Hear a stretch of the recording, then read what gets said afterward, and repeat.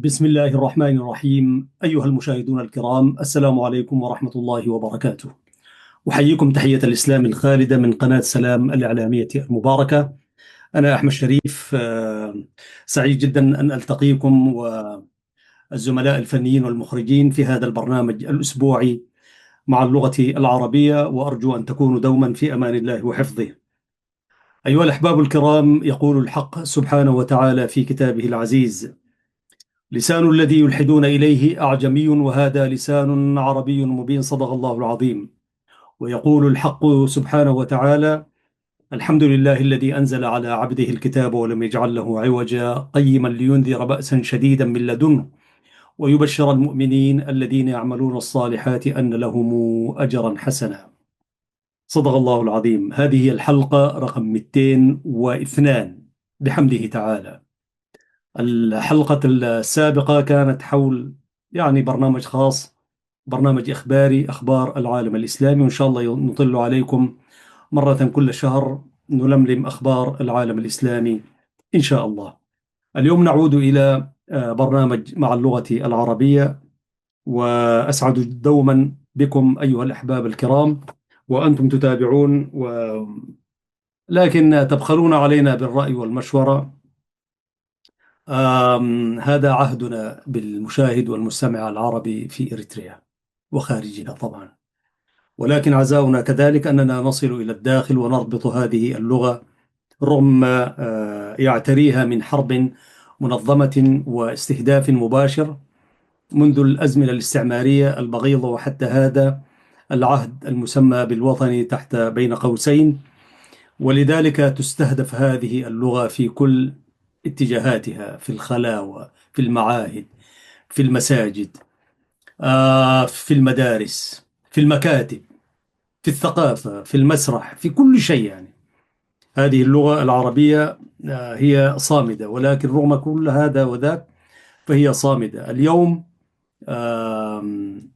وكل حبور أن أفتح صفحة للتاريخ، وصفحة كذلك لنوثق به ما يحاول الكثير من الناطقين بالعربية من أبناء جلدتنا يحاربون هذه اللغة، وكذلك الذين لا يقولون الحق وهو يهديهم إلى السبيل.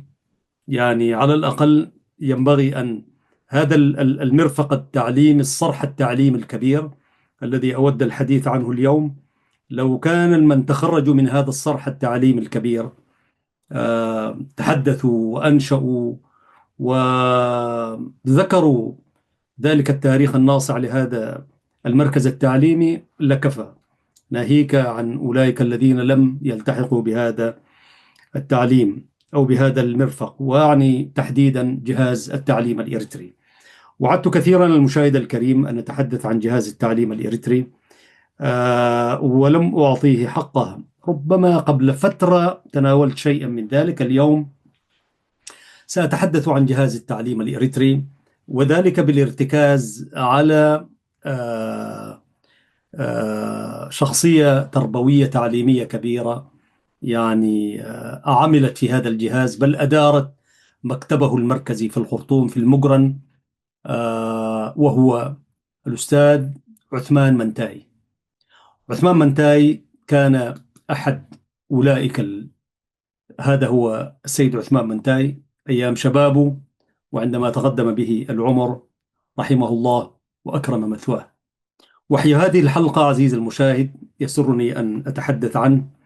وحي هذه الحلقة جاء في معرض حديثي باللغة التجرينية في لقاء متسلسل مع RPM، وأنا أتحدث عن تجربتي وعن الإعلام في إريتريا وعن اللغة العربية في إريتريا والثقافة والفنون وشيء من ذلك.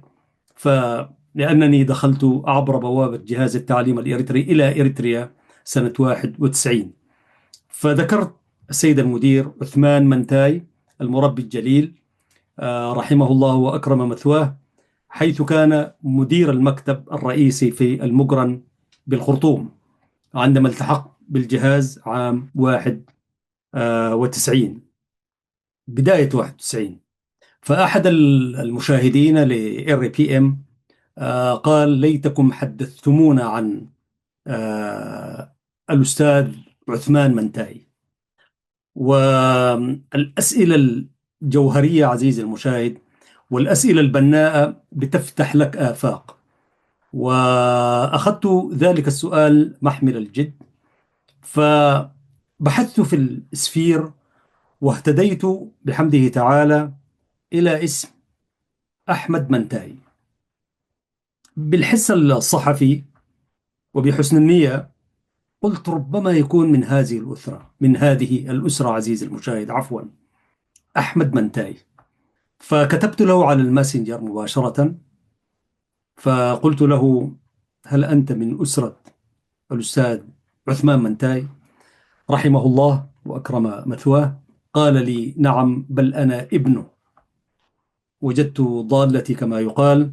فقلت له: أنا كذا كذا كذا، وجاء عرضا ذكر والدك العزيز، فبماذا يعني تتحفنا بمعلومات عن والدك العزيز؟ والترحمت عليه رحمة المؤمن لأخيه يعني. والأستاذ عثمان منتاي كان رجلا، على الرغم من أنه عملت تحت إدارته 5 أشهر 6 أشهر إلا قليلا حقيقة، لكنها كانت بسنوات، لأنه المسألة ليست بعدد السنوات، ولكن ب... بالوعي ومن تحتك به وماذا أضاف إليك. والله كانت عبارة عن سنوات، والرجل سأتحدث عنه رحمة الله عليه. فأخونا أستاذ أحمد منتاي رفدني ويعني دعمني بكم هائل من المعلومات عن والدنا رحمة الله عليه. فقلت له: إن شاء الله سأفرد مساحة في برنامج مع اللغة العربية من قناة سلام الإعلامية المباركة، وانتظرني إن شاء الله، انتظرني قليلا وافيك بالبرنامج. ولك الشكر، لأنه أن تأتي إلى البرنامج فتقدم شيئا فيه المعلومات هو شيء جميل. فباسمكم جميعا أيها الأحباب أشكر الأستاذ أحمد منتاي ابن المربي الجليل عثمان منتاي. وجميل جدا أن وضع اسم منتاي. تخيل عزيزي المشاهد لو لم يضع اسم منتاي على اسمه، يعني لو قال مثلا أحمد عثمان، أحمد عثمان آلاف الأسماء بهذا. ولذلك الأسماء الأسر المشهورة عمدوها في أسمائكم أيها الناس، بل أنقلوها حتى إلى أبنائكم يعني. وهكذا تخلد أسماء، وتخليد الأسماء يعني تخليد سير عطرة وسير تربوية. الأستاذ عثمان منتاي كان مدرسة في التربية، في الإدارة، في العلاقات الإنسانية، في الاتيكيت، في الاحترام، في الهندام، في اللبس والأناقة، وفي نفس الوقت في إدارة الأمور. يعني كان مديرا من الطراز الأول. فلك الشكر أستاذ أحمد، والشكر لمن سألنا كذلك أولا في RPM وقال هو تحدث، كتب بالتجرينية يعني، قال من هو الأستاذ عثمان منتهي؟ يا ريت تحدثونا عنه يعني. فمشكور يعني، وأنا شكرته في الحلقة التي تلت في RPM باللغة التجرينية. واليوم أحببت عزيزي المشاهد أن أقدم هذه الحلقة سيرة عطرة لأستاذنا عثمان منتاي. ولأن الحديث في برنامج مع اللغة العربية يأتي ضمن التوثيق لكل الاتجاهات وكل المراصد والنوافذ التي دعمت اللغة العربية في إريتريا، واحد من تلك المرافق ويعني الصروح التعليمية كان جهاز التعليم الإريتري، لمؤسسه ولصاحب الفكرة ومديره آل سبة تحديدا، لهما الرحمة والمغفرة، اللهم ارحمهما برحمتك التي وسعت كل شيء، الزعيم الوطني الكبير الأستاذ عثمان صالح سبة، والأستاذ المربي الجليل المناضل محمود صالح سبة. آل سبة أقولها بشكل صريح، لو لم يضيفا إلى مسرح الوطن وإلى الحقل الوطني نضالا وجبهة وفي نفس الوقت حضورا لكفاهم هذا الجهاز. وعندما نقول كان المدير، طبعا مدير ومؤسس الجهاز الأستاذ محمود سبة، لكن كانت الفكرة الأساسية كما توثقها الوثائق والتواريخ كلها، كانت الفكرة هي فكرة الزعيم الوطني الكبير الأستاذ عثمان صالح سبة رحمة الله عليه.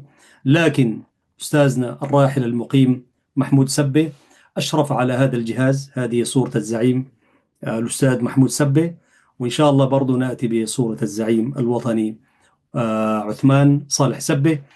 فأقول لو لم تضيف هذه الأسرة الخيرة غير هذا الحقل في جهاز التعليم الإريتري لكفاها، ولكن الخير طبعا ينداح. فكانت أسرة سبة شعلة وطنية في الكفاح والثورة ورفع الحس الوطني، وكذلك أضافت في الحقل التعليمي والتربوي.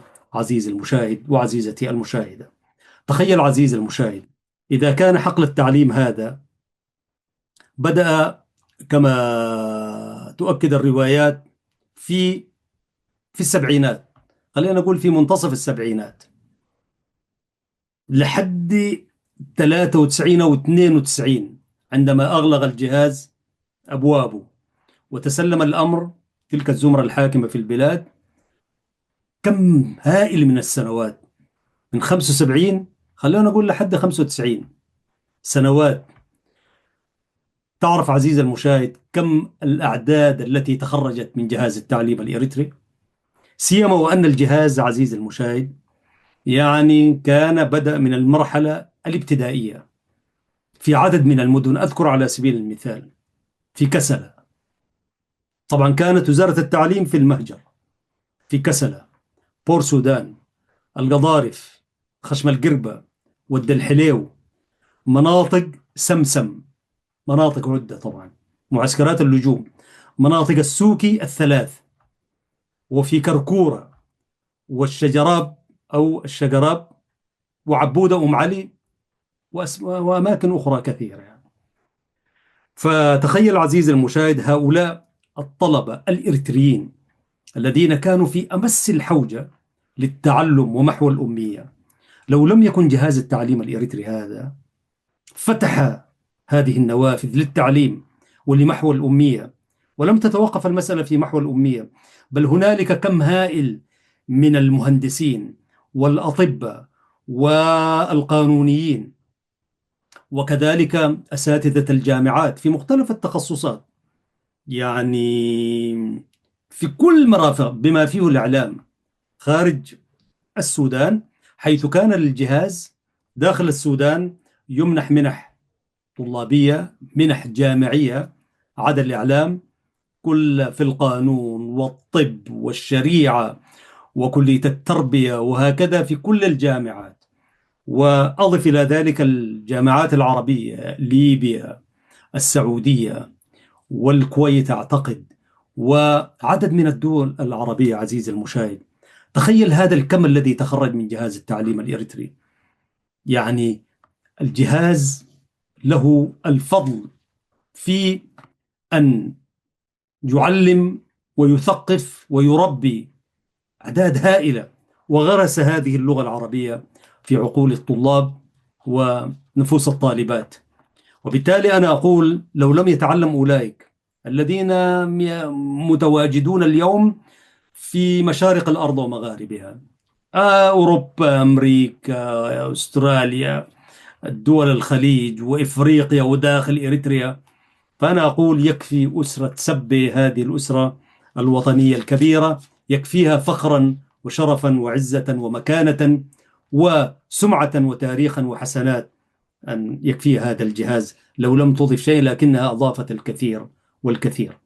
وبالتالي قبل أن أدلف إلى الحديث عن أستاذنا عثمان منتاي رحمة الله عليه، ورحم الله الزعيم عثمان صالح سبة، ورحم أستاذنا محمود صالح سبة، فقبل أن أدلف إلى تاريخ السيد عثمان منتاي دعوني أتحدث قليلا عن جهاز التعليم الإريتري من خلال المعلومات التي سأقف عليها. مقالة كتبها أحد طلاب ذلك الجهاز، الأستاذ رمضان محمد نور. يقول في واحدة من المقالات التي كتبها تحت عنوان جهاز التعليم الإريتري الوفاء لأهل العطاء، يقول: نكتب اليوم عن صرح تعليمي قدم الكثير في قطاع التعليم لمعظم الأجيال الإريترية بالسودان، ألا وهو جهاز التعليم الإريتري، وهو كيان تعليمي نشأ داخل تنظيم سياسي من أجل محو الأمية بين أوساط الشعب الإريتري، وقد أسسه الزعيم الراحل المقيم عثمان صالح سبة تغمده الله بواسع رحمته. ثم تبلورت فكرة فصل هذا الكيان التعليمي عن التنظيم السياسي الذي كان يقوده، فأصبح كيانا تعليميا مستقلا تحت قيادة الزعيم الأستاذ المربي الجليل محمود سبة، يهدف فقط إلى تقديم خدمة تعليمية تربوية للمجتمع الإريتري بالسودان. وتخرج على يعني هذه المؤسسة آلاف من طالب العلم أبناء إريتريا، ونهلوا من معين الصافي العذب. مفتتح جميل عزيزي المشاهد، خاصة إذا كنا نعلم. أنا سأكتفي بهذه المعلومات أو بهذا الحديث، مع الشكر الجزيل لأستاذنا رمضان محمد نور، هو الدفعة طبعا في المرحلة الثانوية. لك التحية والسلام أخونا الأستاذ رمضان. طبعا جهاز التعليم ميزته أنه كان له منهج إريتري صحيح، بدأ بمنهج غير إريتري، منهج سعودي تحديدا، ولكن سرعان ما أسس له منهج تربوي تعليمي إريتري طبع في الكويت، وأنا اطلعت على ذلك المنهج، وكان معتمدا اللغتين الأساسيتين الرسميتين للشعب الإريتري، العربية والتجرينية. وكل خريجي جهاز التعليم الإريتري في المراحل الابتدائية والمتوسطة والثانوية يعني ملتحمون بالوطن، يعني حتى لو تفرغت بهم السبل في التنظيمات وما إلى ذلك، ولكنهم كانوا يتمتعون بحس وطني كبير. وهذا ما شهدته حقيقة. أنا عندما بدأت العمل، أول عمل لي بعد التخرج، كان لي الشرف أن أبدأ بجهاز التعليم الإريتري، والشرف الكبير أن أبدأ تحت إدارة أستاذ محمود سبي رحمة الله عليه، وتحت إشراف السيد المدير عثمان منتاي رحمه الله. وقد زرت المدارس كلها، يعني معظم المدارس في بور سودان والقضارف وكسلة، زرت عدد من المدارس، فأصدرنا المجلة الأولى جهاز التعليم الإريتري، وضعت العدد الأول في طاولة السيد المدير محمود سبي، فانشرح صدره وقال: هذا ما كنا نفتقده يعني بأمانة، يعني شاد وكال علي من الثناء. وكنت أنا المتحدث الرسمي باسم الجهاز، جهاز التعليم الإريتري مباشرة، حيث كنت مسؤول الإعلام والثقافة، آه، مسؤول الإعلام والثقافة لجهاز التعليم الإريتري. وأذكر فيما أذكر، والمجموعة طبعا نحن بدينا شغلنا مع الجهاز، ومجموعة الجيش الشعبي دخل أسمرة. فالطلاب المنخرطين في الجامعات والمعاهد العليا بالسودان، وهم الذين وجدوا المنحة الجامعية من جهاز التعليم الإريتري، كنت مسؤول الإعلام والتوجيه الثقافي. هذا هو الاسم الرسمي للوظيفة الأولى التي توليتها بعد التخرج يعني. فقالوا إنه يريدون أن يقيموا أمسية فرح في جامعة الخرطوم، وهم حيث عدد منهم في جامعة الخرطوم، وفي جامعة الفرع فرع الغايرة، جامعة القاهرة فرع الخرطوم، وكذلك في الكليات التكنولوجية، في عدد من الجامعات والمعاهد. فالأستاذ محمود سبة رحمة الله عليه طلب مني أن أعد كلمة باسم الجهاز، تحدث أمام الطلاب، يعني ستقدم أمام الطلاب وأمام الفعاليات السياسية، ودعي إليها مكتب الجبهة الشعبية بالخرطوم آنئذ، على الرغم من أنه موقف الجهاز من الفكرة السياسية للجبهة الشعبية آه، نقيضي هنا، يعني كان لدى الجهاز تحفظات كثيرة من المبادئ والسياسات العامة للجبهة الشعبية. كتنظيم، والجهاز رسالته معروفة. ولذلك على الرغم من ذلك أستاذ محمود، لأنه الحس الوطني وهؤلاء طلاب يريدهم أن يلتحموا بقضايا وطنهم على الرغم من موقف الجهاز. ومن هذا المنطلق سمح للقافلة الطلابية الأولى التي رافقتها 91 شهر 11، سمح أن يذهب الطلاب إلى أسمرة زيارة، قافلة ثقافية، وتحدثت عنها فيما سبق أعتقد. بل ليس السماح فقط، بل يعني قدم ميزانية سخية 600 ألف جنيه سوداني آنئذ عزيزي المشاهد، أكثر من نصف مليون. وهذا ما أكده البشمهندس صديق مؤمن له السلام والتحية مع أسرته، لأنه كان هو في إدارة الاتحاد، اللي هو الجهاز الطلابي الذي يشرف على الطلاب الممنوحين. وكنت آنئذ شاهد عيان برضو، لأنه أنا كمسؤول الإعلام والتوجيه الثقافي للجهاز، فصدق أستاذ محمود ب 600 ألف جنيه سوداني آنئذ. يعني أزعم فأقول إنه ربما يعني وزارة المالية للحكومة التي جاءت حكومة الإنقاذ آنئذ، أزعم فأقول ربما لم يكن في جعبتها ذلك المبلغ، لأن انقلاب 89 وأولئك يطلبوا يعني 91 دارين يتوجهوا إلى أسمرة، فكان المبلغ كبير جدا يعني. فمن هذا المنطلق سمح أولا، ثم يعني سخر هذه الميزانية الضخمة، وتوجهت القافلة وأنا كنت في معيتها إلى أسمرة شهر نوفمبر 91. ف...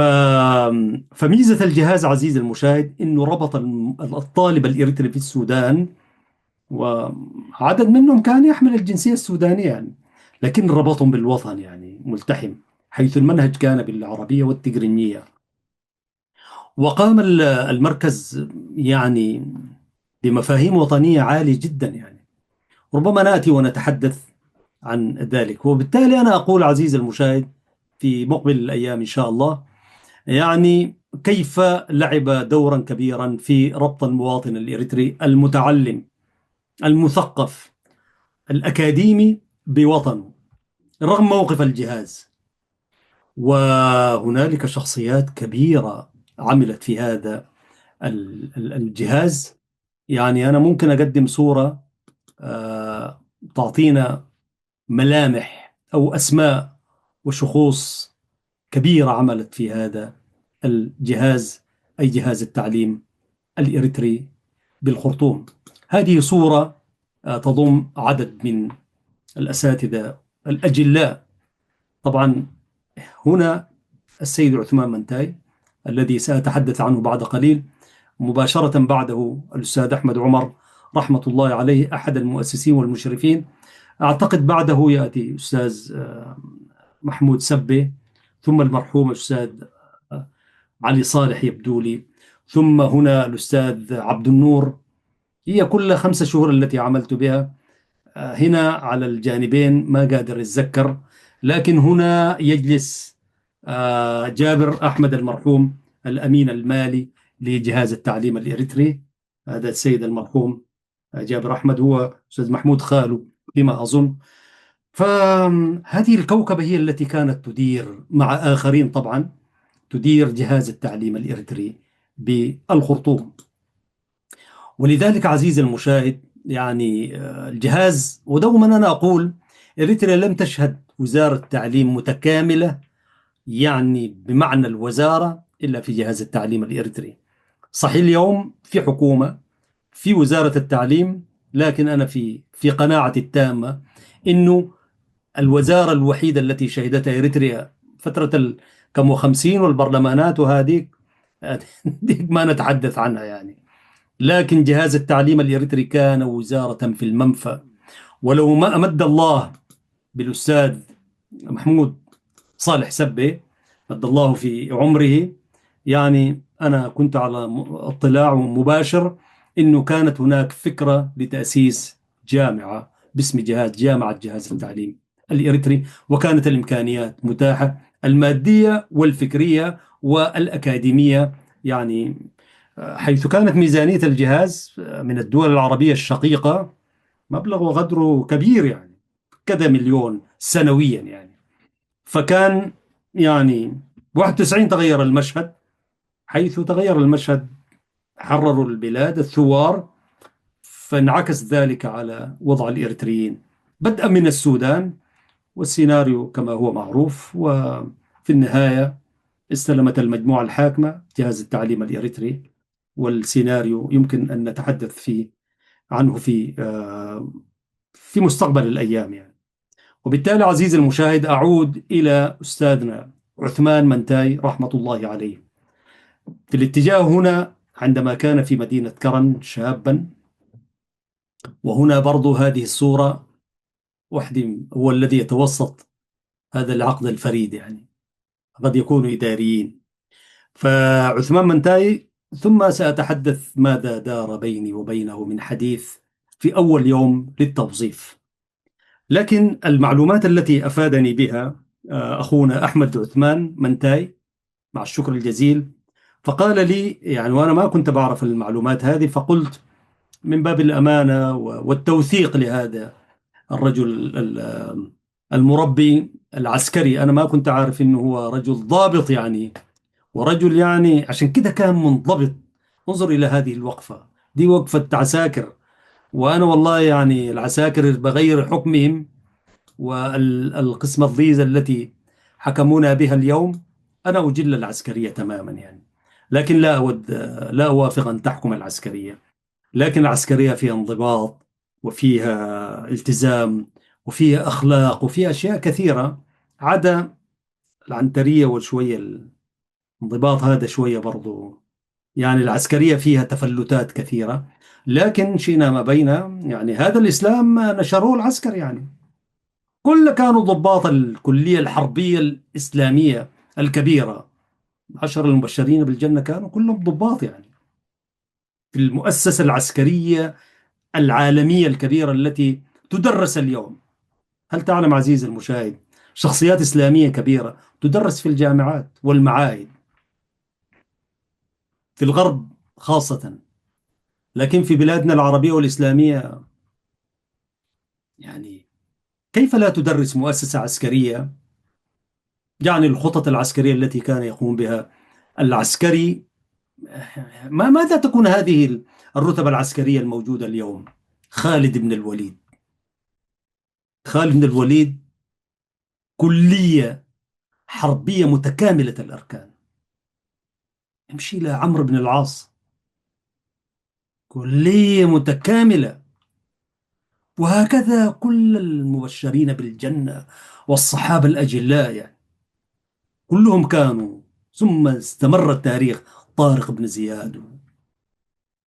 ولذلك أنا شخصيا والله أحب العسكري، حتى أحيانا عندما أسلم هكذا، فالجماعة يقولون أنت كنت عسكري؟ قلت لهم والله ربما عشان اشتغلنا مع العسكر. لكن عسكرنا يعني برضو العسكر الجندي الإريتري على فكرة لعب دور كبير في البطولة والتصدي والصمود. بالذات المجموعة الحاكمة دي انحرفت بعد 91، لكن في سجل التاريخ والصمود غير فكرتهم الأيديولوجية الأخرى. عندما نتحدث ونقلب صفحات التاريخ في البطولة والصمود والتحدي والإباء والشمم والعزيمة والإصرار، يعني أولئك كانوا أبطال حقيقة يعني. نفس التاريخ من جبهة التحرير الإريترية. لكن عندما يحكم العسكر إذا لم يؤمن على أنه الدفاع شيء وحكم الناس والعدل شيء آخر، هنا تصبح المسألة كما قال شكسبير وغيره في المؤسسة العسكرية. ولنا في تجاربنا هذه التي نعيشها مثال ونموذج. لكن آه، طبعا برضو البلاد تحمى بجيشها بقوتها يعني. فأستاذنا عثمان منتاي من خلال ما أفاد به أخونا أحمد عثمان منتاي، كان رجلا ضابطا في الجيش. ولد عام 1924 في أم درمان، العاصمة الوطنية السودانية الأولى.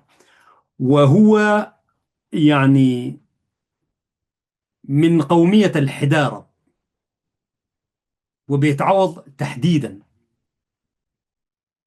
وعنده علاقات مصاهرة مع الحدارة، وبيتعوض كما قلت. ولد في أم درمان، وأسرة منتاي أصلا هي موجودة في السودان وفي السعودية وفي إريتريا. أسرة عريقة وأسرة ممتدة، أسرة منتاي، مصوع وضواحيها، وتجدها كذلك في السودان وفي المملكة العربية السعودية. ولد عام 1924 كما قلت في مدرمان وبيت المال تحديدا. بيت يعني والد الأستاذ عثمان منتاي كان عنده منزل جدهم في بيت المال. وبيت المال ده طبعا آه، وزارة المالية البريطانيين وغيرهم كان في منطقة بيت المال، يعني الإدارة المال كله، وزارة المالية كانت هناك، فسموا الحي بيت المال يعني. وأنا في شارع هنا في ميلبورن بسميه شارع بيت بيت المال يعني. عموما، فأستاذ عثمان بعد ما ولد في مدينة أم درمان وفي بيت المال تحديدا، التحق ببخت الرضا في الدويم، بحر أبيض. والدويم من الخرطوم هي ما بعيدة يعني. فكان هناك بخت الرضا هو معهد لتأهيل المعلمين في السودان. هناك امتهن التعليم، أو يعني التحق بمعهد تدريب المعلمين. بعد ما كمل في بخت الرضا مشى إلى منطقة شندي في الشمال يعني. في ذلك الوقت مواليد 24، قول أربعينات هسي دخلنا يعني، كم نهاية الثلاثينات وكده، شاب وهكذا. فانضم للجيش السوداني في قوة دفاع السودان. انضم للجيش السوداني. وطبعا الوقت ذاك الإنجليز موجودين، ففي قوة دفاع السودان آه توجه إلى ليبيا. في ليبيا كان ضمن الجيش، وعمره 18 سنة شارك في تحرير مدينة كرن 1943. يعني لأنه الإنجليز ما كانوا في السودان، ف والإيطاليين موجودين في إريتريا مستعمرين الحرب العالمية الثانية تحديدا يعني. فالأستاذ عثمان كان ضابطا في الجيش الإنجليزي يعني. لكن هو تبع جيش السودان، قوة دفاع السودان، لأنه الحس الوطني كان هكذا. أنت والبريطانيين كما نعلم إنه أوعزوا لكل مستعمراتهم أي زول يشارك معنا في الحرب دي في اللينا الإيطاليين و... و... و... ودول المحور يعني. فحنديها استغلال على طول يعني لأي دولة تشارك. ما أعرف لو طرحوا لنا الفكرة دي، يمكن الجنود الإريتريين اللي كانوا مع الجيش الإيطالي يمكن كان قلبوا وعمل لهم انقلاب. وكان يمكن الناس يعني ما كانت ضحت، أو الضحايا التي كانت في موقعة كرن، لأنه معركة كرن هناك حسمت الحرب العالمية الثانية بهزيمة الطليان ومجموعته يعني. فنحن نقول إنه في إريتريا صحيح الحرب العالمية الثانية بدأت في منطقة أخرى كما هو معروف، ولكن ختمت في مدينة كرن. فأستاذنا عثمان منتهي كان أحد الضباط الذين ختموا المسألة، ووجد نفسه في مدينة كرن ضمن الضباط السودانيين اللي هم تابعين لقوات دفاع السودان. لأنه كان رجلا مربيا يعني، وخريج بخت الرضا وهكذا، قدم استقالته مباشرة من المؤسسة العسكرية، لكنه تخرج منها بهذا. والله أنا شفت أستاذ عثمان منتاي واقف يعني الجبل كده مستقيم يعني. حتى هو يحدثك واقف كده. شوف العسكرية دي فيها ما تلقى لك عسكري كده مكركب كده أبدا يعني، إلا أن بعدين ومن نعمره ننكسه في الخلق. لكن أنا شاهدته وساعتها في التسعينات أعتقد أنه لو أضفنا إلى مواليد 24، وأنا تعرفت عليه سنة 91، كان فوق يعني قرابة في عمر 70 سنة يعني، ما شاء الله، ينضح بالقوة والبهاء يعني. فاستقال مباشرة من المؤسسة العسكرية ودخل في مجال التعليم، وكان أول مدينة اشتغل فيها في التعليم كانت في مدينة كرم. وهذه الصورة التي على يساري عندما كان في مدينة كرن على آه، رأي ابني الأستاذ أحمد. فاشتغل في مدرسة كرن، ثم في المرحلة الوسطى، وبعدها أصبح الثانوية. طبعا بالنسبة للمحافظات يمكن مدينة كرن هي أول مدينة شهدت آه، الثانوية. ثم انتقل إلى مصوع. من مدينة كرن انتقل إلى مصوع، وهناك التحق بمدرسة باشا صالح كيكية له الرحمة والمغفرة. بالمناسبة هذه اللغة العربية في إريتريا خدمتها عدد من المؤسسات. أولا خلاوة القرآن الكريم، لولا خلاوة القرآن الكريم ربما يعني وضعنا كان مختلف جدا. أي مدينة مختلف جدا في مستوانا، في علاقتنا باللغة العربية. طبعا قدمت أنا عدد من الحلقات عن الجذور الحضارية والجذور التاريخية للغة العربية في إريتريا، والشعب الإريتري وعلاقته بالمنطقة العربية ثقافة وحضارة وعقيدة وأشياء كثيرة، مسيحية على إسلام. فالخلاوة لعبت دور كبير في تمسك الشعب الإريتري باللغة العربية، ثم المعاهد، ثم المدارس. واحدة من أشهر المدارس مدرسة صالح باشا كيكيا، يعني كان لها الدور الكبير في التحاق أو في رفع مستوى الطلاب باللغة العربية. ثم جاءت المدارس الأخرى بعد إذن، حيث كانت اللغة العربية، أنا عدد من المربين الكبار بعد ما انضمت إريتريا قهرا وجبرا إلى إثيوبيا 52 معلمين درسوا باللغة العربية بدأوا يتعلمون الأمهرية، يدرسون ويدرسون في المساء، وهكذا شيئا فشيئا إلى هذا العهد الغريب الذي أشبه بعهد الاستعمار. فتكاد تكون قد ضاعت ملامح اللغة العربية في إريتريا، إلا بصمود هذا الشعب ومتمسك حتى اليوم بلغته. فأستاذ عثمان منتاي توجه من كرن إلى مصوع، والتحق بمدرسة حرقيقو، مدرسة المرحوم المربي الوطني باشا صالح كيكية، فأصبح مديرا لتلك المدرسة. وهنالك يعني درس الزعيمين الوطنيين عثمان صالح سبة ومحمود صالح سبة، ودرسهم وتخرجوا على يدي.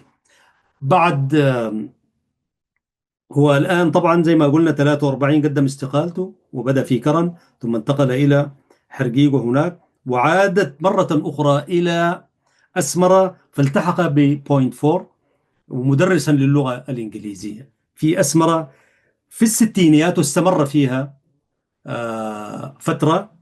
يعني إذا كان من 43 فلنقل إنه 20 سنة هو متنقل إلا قليلا بين كرن ومصوع وأسمرة. فبعدينك ماذا دار بيني وبينه في التعيين أحكي لكم. في الستينات رجع إلى السودان بعد الحج.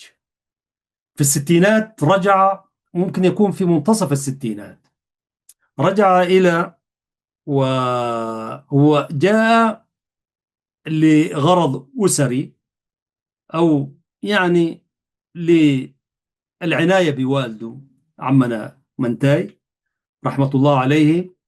فهل عاد ما عاد سنتحدث بعد قليل. لكن في السبعينيات، منتصف السبعينيات، بدأ العمل بجهاز التعليم الإريتري، لأنه الزعيم الوطني عثمان عارفه، والزعيم الوطني محمود عارفه رحمة الله عليهما. فربما هو تقدموا قالوا له تعالى يا أستاذ عثمان، أشرف لنا هذا المكتب. أشرف على مكتب الجهاز في المجرم بالخرطوم، أو هو تقدم إليهم لكنه معلمهم.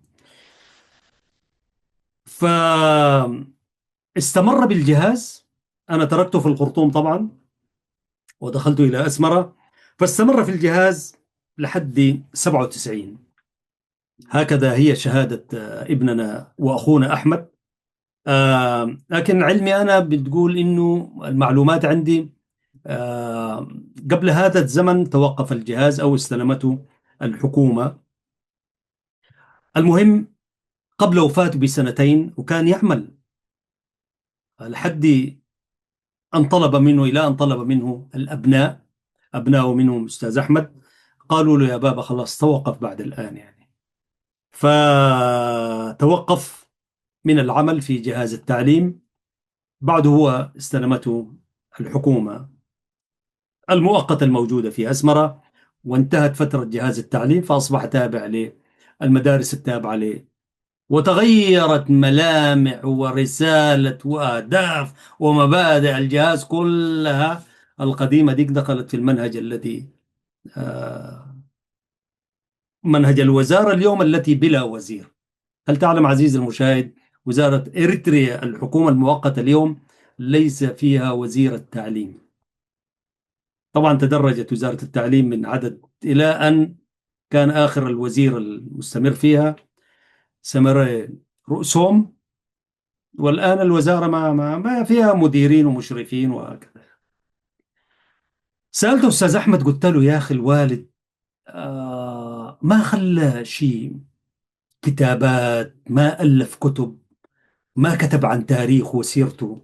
انظر إلى هذه السيرة الكبيرة يعني، انتقال من تعليم إلى عسكر ثم العودة إلى التعليم ثم إدارة الجهاز. كان يدير يعني جهاز التعليم الإريتري كان يدار من الخرطوم، وعلى رأس الإدارة كان الأستاذ عثمان منتاي. أستاذ عثمان، أستاذ محمود سبي رحمة الله عليه ورحمة الله على أستاذنا عثمان. أستاذ محمود كان إشرافه عام وعلاقات خارجية، منح من هنا وزيارات هنا، حتى ما كان يجلس في مكتب الخرطوم كثير يعني. الفترة التي كنت فيها يعني زيارته للكويت للسعودية ودول الخليج كانت كثيرة يعني. لكن من الذي كان يدير الجهاز إدارة مباشرة؟ كل المدارس وإدارة المنح الجامعية، الطلاب الجامعيين الإريتريين الموجودين في الجامعات والمعاهد العليا السودانية كلها يشرف عليها مكتب الخرطوم، والفروع اللي كانت موجودة المكتب الرئيسي في الخرطوم في الأقاليم ومدن السودان المختلفة. وهناك برضو إشراف خارج القطر السوداني يعني، منح الموجودين الطلاب في ليبيا ودول الخليج وهكذا يعني.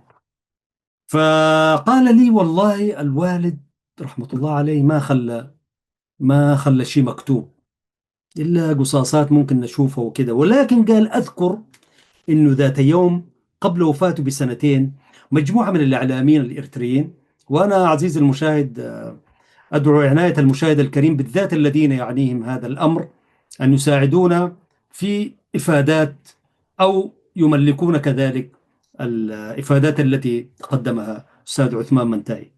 يقول إنه مجموعة من الإعلاميين الإريتريين جوه في البيت قبل وفاته بسنتين رحمة الله عليه، وسجلوا معاه بالساعات الطوال شهادة شاهد على عصري. وكانت إفادات كبيرة. قال نحن طبعا ما الوقت ذاك ما في الوسائل الحديثة هذه.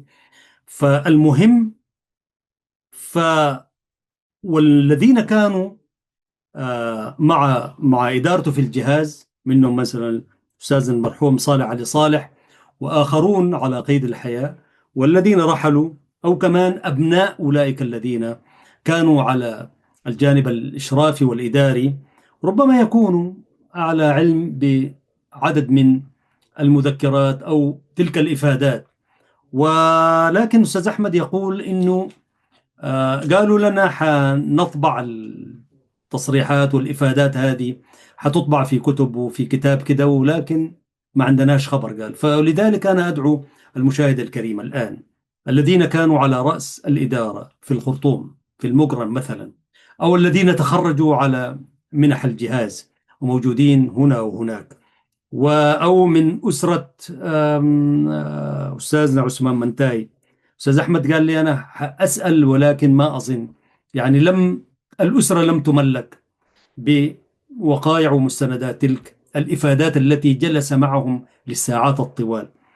وبالتالي أنا أقول كل من يعنيهم هذا الأمر لكي يستفيد هذا الجيل الموجود من إفادات أستاذنا عثمان منتاي، فملكونا إن شاء الله، وجزاكم الله كل خير.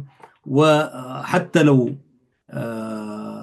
ما عندكم المادة التي أفاد بها، لكن عندكم معلومات، اتصلوا علينا في الخاص والعام، ونحن على أهبة الاستعداد لإفادته ونشره إن شاء الله. طبعا الأستاذ عثمان منتاي كان مولع بالكتابة والترجمة والرسم، وكان شاعرا ممتاز. تخيل عزيزي المشاهد، والعسكر دي لما يرسموا الكلمة ويرسموا اللوحة. طبعا في الترجمة كان رجلا داهي يعني، وكان يجيد العربية والإيطالية والإنجليزية. الإيطالية تعلم في أيام وجوده في إريتريا، أما العربية فهو العربي الفصيح يعني، وشاعر. والإنجليزية وكان أستاذا، وأكيد كان يكتب بها. قلت له هل كان يكتب بغير العربية شعرا؟ قال لي والله ما متأكد، لكن أنا حسب علمي أولا كان شاعرا بالعربية، وأنا قرأ لي كذا، ولكن ما كنت أعلم أنه سنفترق وأنا حمشي أسمرة وهو يتوفى في الخرطوم في مدرمان يعني. ولكن لو لم يكن ذلك كنت سأحتفظ بالعديد من أشعاره وقصائده. ولو استمرينا في الجهاز، يعني مجلة الجهاز أكيد كانت حتنشر عدد من، وكنا حنعمل معه مقابلة. أنا أعتقد عملت مقابلة مع رئيس ومؤسس الجهاز محمود السبه. أعتقد أنه في العدد، هو كان عددا يتيما، طلعنا العدد وتوجهنا إلى أسماء. أعتقد أنه كانت في مقابلة مع الأستاذ محمود، أسرة الأستاذ محمود، على رأسهم أخونا عثمان الزميل الإعلامي الذي يعني طلق الإعلام، وكان يعمل معنا في وزارة الإعلام. فأقول له إذا كان لديك نسخة من ذلك العدد اليتيم فوافينا به إن شاء الله يعني، ولك الشكر الجزيل. طبعا أنا حاولت أتصل بأسرة الأستاذ محمود سبة لكي أتحدث عن تاريخه وهكذا، ما وجدت يعني من هو مستعد ليتحدث عن تاريخ وسيرة وإنجازات المربي الجليل، الوزير الأول والأخير. أنا أقول بثقة وزير التعليم الإريتري. والله هذا الرجل ينبغي أن تشهد له إريتريا وتسمى يعني كلية باسم عثمان سبة. ده كده خلافات سياسية وهكذا، على الرغم من أنه هم طلاب الذين شقوا الطريق وهكذا ودخلونا في هذا النفق. شيخنا الترابي رحمة الله عليه والجماعة المفاصلة وهكذا يعني. فالمفاصلة من الزعيم عثمان صالح سبة كده فيها لون سياسي. ماذا عن الأستاذ محمود صالح سبة؟ هو الذي أسس وعلم عدد كبير من الطلاب الإريتريين في معسكرات اللجوء. عزيزي المشاهد، لو كان أنيط بقضية التعليم للجبهتين، الجبهة الشعبية والجبهة التحريرية، طبعا ما عندنا جبهة ثالثة يعني، تنظيمين الكبيرين. لو أنيط، أنا ما أقول إنه التنظيمين ديل كان عندهم مدارسهم، يعني جبهة كان عندها محو الأمية ومدارسها، والجبهة الشعبية بتمر ثورة يعني مدارس الثورة برضو دي كانت لها مدارسها، عايدون والنضال وهكذا، عشان الناس ما يفتكرونا برضو نحن غفلانين لذلك. لكن تلك لم تكن مؤسسات تعليمية بمنهج يعني. فعل الثورة، في الثورة طبعا تعلموا كثير وعندهم إمكانيات وهكذا، لكن بمقاييس التربية والتعليم والمؤسسية وما إلى ذلك، يعني الجبهة ربما الزمن ما أسعفها عشان تخرج لنا، لكن كان عندنا مدارس في كسلة وغيره وغيره.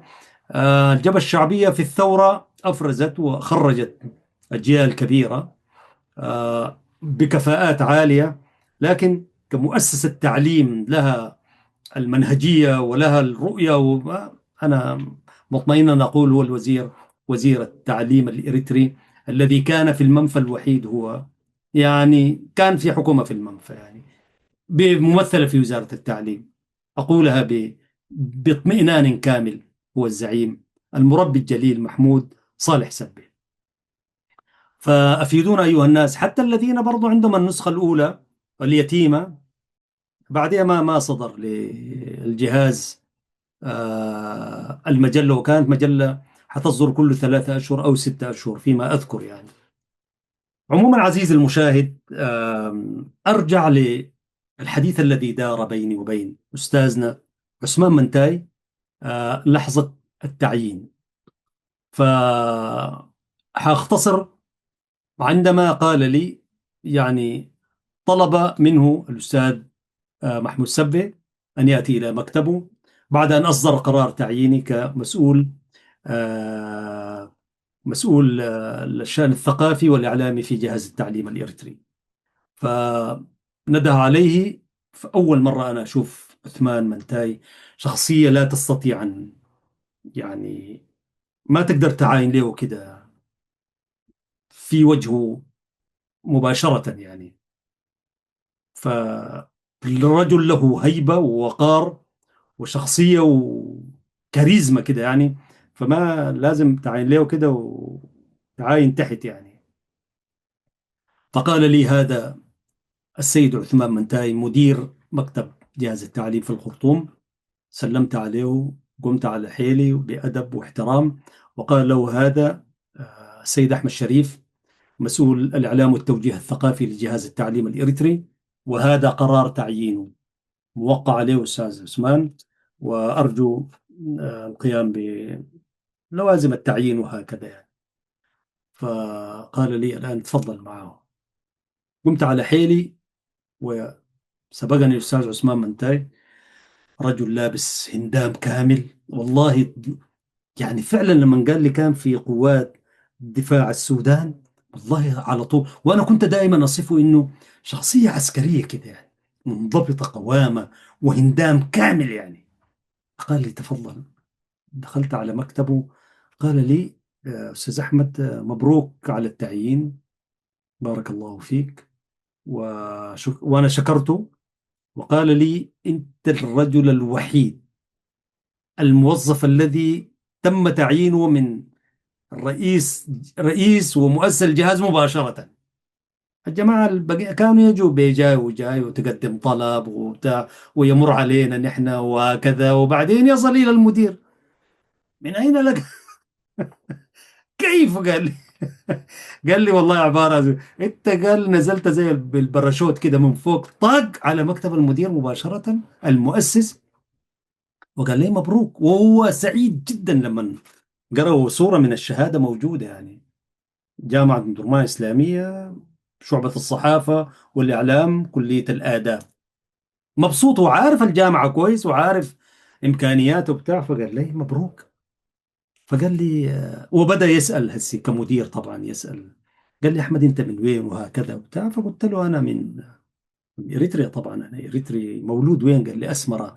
أول ما قلت له أسمرة، يا سلام، قال لي يا سلام أسمرة الجميلة. هو رجل هادئ يتكلم بهدوء كده، حديثه نغمة يعني، عسكري لكن يتكلم يوقع الكلام حبة كده. فقال لي أسمر الجميلة يا سلام، تذكر منا حاجات؟ قلت له والله أنا طلعت منا صغير، كبرت فيها غردات وهكذا بتاع. فحكى لي إنه هو كان في مدرسة بيت قرديس ونائب للمدير، والمدير كان أعتقد خواجة ساعات يعني لما رجع للسودان. فقال لي أنا كنت نائب مدير. طبعا مدرسة بيت قرديس زي مدرسة لؤلؤ المقنن يعني، اللي هو خرجت لنا السياسيين، وبيت قرقيس ما كانت أقل منها يعني. زي ما تقول في السودان حنتوب وطقت وادي سيدنا وهكذا يعني. فقال لي وأنا أعمل نائبا للمدير، مرض والدي العزيز كان، فطلب مني من جانب الأسرة، قالوا لي ألحق والدك تعبان في الخرطوم. فأخذت إجازة توجهت للخرطوم. مرضت والدي قال، بعد فترة توفي الوالد، وأمامي عدد من الأخوان والأخوات. طبعا أبناء الأستاذ عثمان منتاي لم أذكر تلك 8 من الأبناء. وعثمان منتاي رحمة الله عليه ولد عام 1924، توفي عام 2004 في أم درمان، نفس المنطقة اللي ولد فيها، لكن دفن في بحري هناك. يعني هو من مواليد بيت المال زي ما قلنا في أم درمان، ودفن في بحري. فقال لي: رجعت السودان ومارست والدي وتوفي، وكان مسؤولية أمامي، فعودة إلى أسمرة بقت شبه مستحيلة. فكتبت استقالة إلى أول، تقدمت بطلب العمل في وزارة التعليم السودانية على الفور طوالي. أخذوه طوالي، رجل خبرة ورجل عسكري ورجل مربي وله خبرة في العمل خارج السودان، وخريج بخت الرضا، المصنع الأساسي للتعليم، ثم معهد تدريب المعلمين في شندي. تلقفوه مباشرة، فتم توزيعه وين؟ في الفاشر، هناك في غرب السودان. طبعا وقدمت استقالتي مباشرة بالمراسلة. فعندما جاءت استقالتي للمدير في بيت قرقيس، تعجب وقال له: نحن لا نقبل هذه الاستقالة، ولكن طالما هو طلبك، أول نتمنى تعود إلينا. رجل إمكانية. فقال له في نفس الرسالة، يقول لي أستاذ عثمان منتاي، قال لي: إذا ما قدرت تجي الآن، هذه الاستقالة لن تعتمد إلا بعد 6 أشهر. خلال 6 أشهر أي وقت عنا عليك أو فقررت ترجع، فمكانك محفوظ. توجهت إلى الفاشر، وهناك أخذوا التعليم فترة من الزمن، إلى أن في منتصف السبعينات التحق بالجهاز. ما عندي معلومة هل استمر كل تلك الفترة، ولكن أعتقد رجع، فتزوج من هناك. وابنه أحمد يعني هو من تلك المنطقة، بوالدته أعتقد هي على قيد الحياة، ربنا يديها الصحة والعافية. ولكل أبناء الأستاذ عثمان منتاي ال8 السلام والتحية والتقدير. فقال لي: أخذني هكذا تيار التعليم. برضو جاء مديرا لمكتب الخرطوم في جهاز التعليم الإريتري في المقرن تحديدا، وكانت لنا جلسات وأيام. والله عندما يجد برهة من العناية طوال يأتي إلي في المكتب، وأنا برضو أمشي له على طول.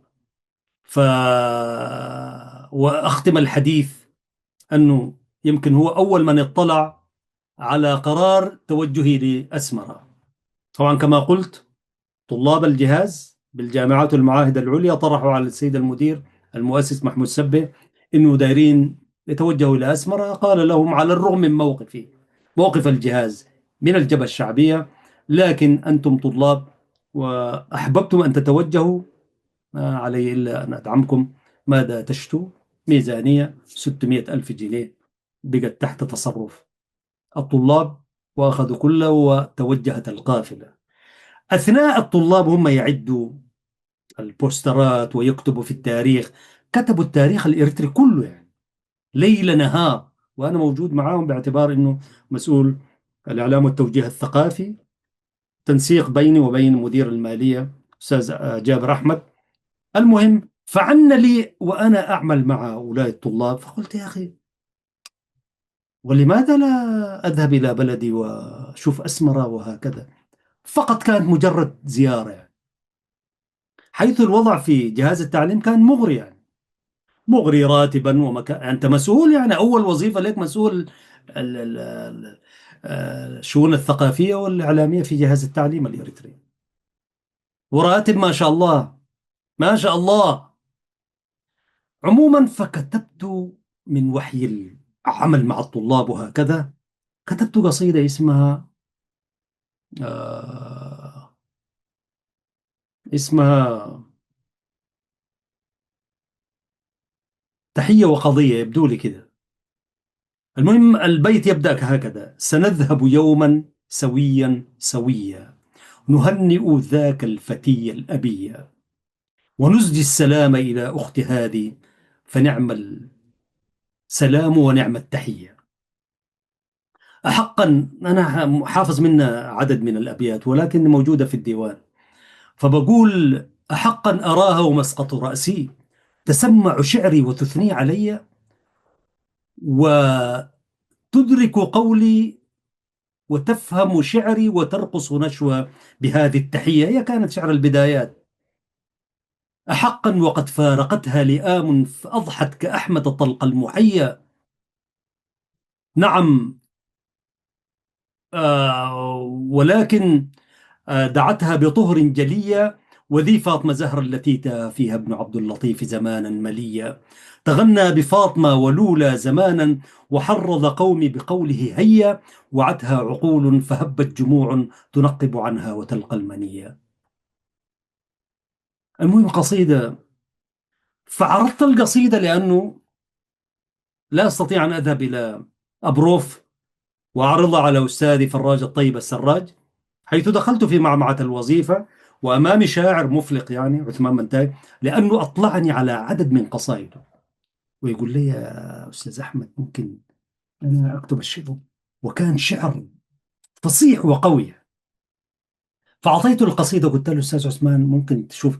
أنا طبعا باعتباري موظف جديد ما خطر ببالي أن هذا مديري، وأن القصيدة تقول هكذا، يعني مش عندك الفريش كده، لما أنا زي الطالب الجامعي سنة أولى يكون درويش، وموظف سنة أولى برضه يكون متخبط هنا وهناك، أو يعمل بحسن نية ورغبة، وشاب يعني لسه عن الوقت ده.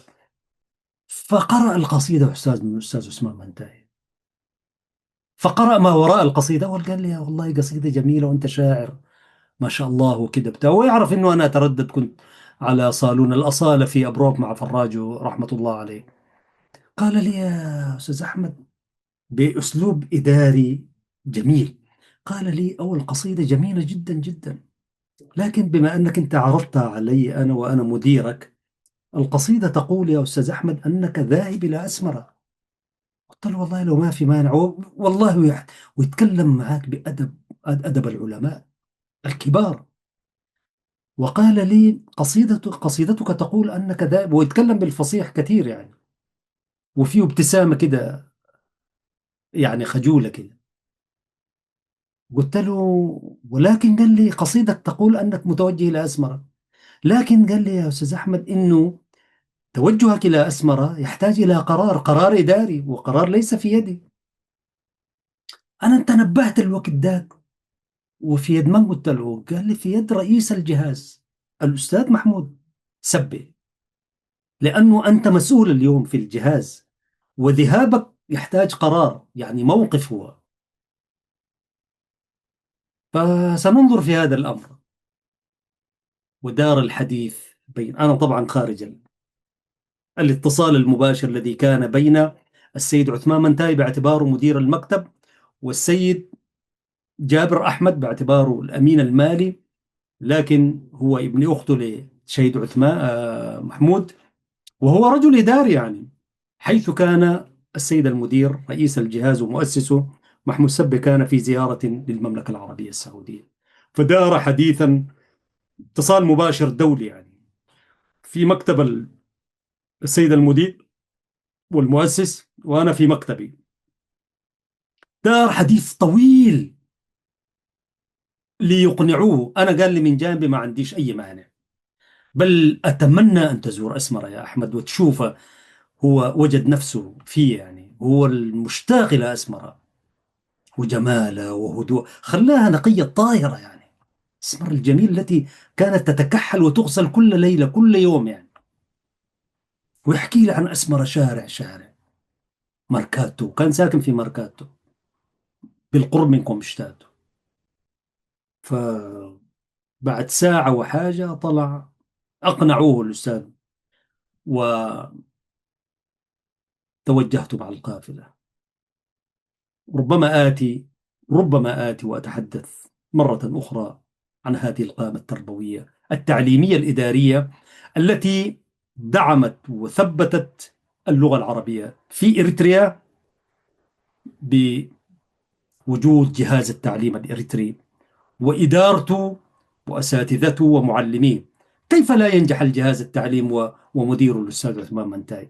كيف لا ينجح جهاز التعليم الإريتري في رسالته التربوية ومؤسسه هو محمود صالح حسن؟ كيف لا ينجح التعليم وفيه عدد كبير من أولئك المربين الأكفاء الذين أحاطوا الجهاز بكل ما هو قمين به أن ينجح؟ هؤلاء كلهم كانوا شموس ونجوم رحمة الله عليهم، ويمد في من بقي منهم، لكن أعتقد معظمهم رحل من هذه الدنيا الفانية. هذه كانت عزيزي المشاهد يعني ملامح عن سيرة ومكانة المربي الجليل الأستاذ عثمان منتاي رحمة الله عليه. والله شكرا لمن سألنا ذلك السؤال، وشكرا للذي أفادنا ابنه أحمد عثمان منتاي. بارك الله فيك على هذه المعلومات، وربما نعود مرة أخرى أيها الأحباب الكرام عبر هذه الحلقة أو غيرها إن شاء الله لنقلب صفحات أولئك الخالدين من أبناء الشعب الإريتري أيا كانت إقامتهم. ورحم الله أستاذنا عثمان منتاي رحمة واسعة، ورحم الزعيم عثمان صالح سبة، ورحم الزعيم الوطني الكبير محمود سبة، وكل الرعيل الأستاذ أحمد عمر، والأستاذ عبد النور، والأستاذ صالح علي صالح، وكذلك الأخ جابر أحمد، و والله عدد كبير من أولئك. وكان حظي عاثرا أن كانت مدة احتكاكي بهذه النجوم لا تتعدى 5 أشهر وبضعة أيام. وهكذا تلك أيام قد خلت، لكن تركت فينا أشياء كثيرة، والحمد لله. كان لي الشرف أن أبدأ أول عملي بجهاز التعليم الإريتري. التحية لكل طلاب الجهاز أينما وجدوا، ولكن أقول أيها الناس تعالوا واحكوا عن هذا والله في هذا البرنامج أنا مستعد أن أستضيف أي واحد من خريجي الجهاز ليتحدث عن صرح تعليمي كبير يعني. وهكذا توثق المسائل وأدعوهم ليخرجوا بدراسات علمية عن جهاز التعليم ودوره في دعم ورفض اللغة العربية، أن يرفدها يعني يدعو بها إلى الأمام. شكرا لكم أيها الأحباب، إن شاء الله ألتقيكم في الحلقة المقبلة من قناة سلام الإعلامية المباركة. أنا أحمد شريف في الإعداد والتقديم. يقول الحق سبحانه وتعالى في محكم تنزيله: لسان الذي يلحدون إليه أعجمي وهذا لسان عربي مبين. صدق الله العظيم. ويقول الشاعر العربي: الحي حي من حياة لسانه فإذا أبيد من اللسان أبيد. حلقة اليوم كانت طويلة شوية، فجزاكم الله خير على التحمل، وعلى المخرجين جزاكم الله كل خير. لكم السلام والتحية الذين يخرجون الحلقة بهذا الثوب الذي يليق بمقاماتكم السامية. تحياتي مجددا، والسلام عليكم ورحمة الله وبركاته.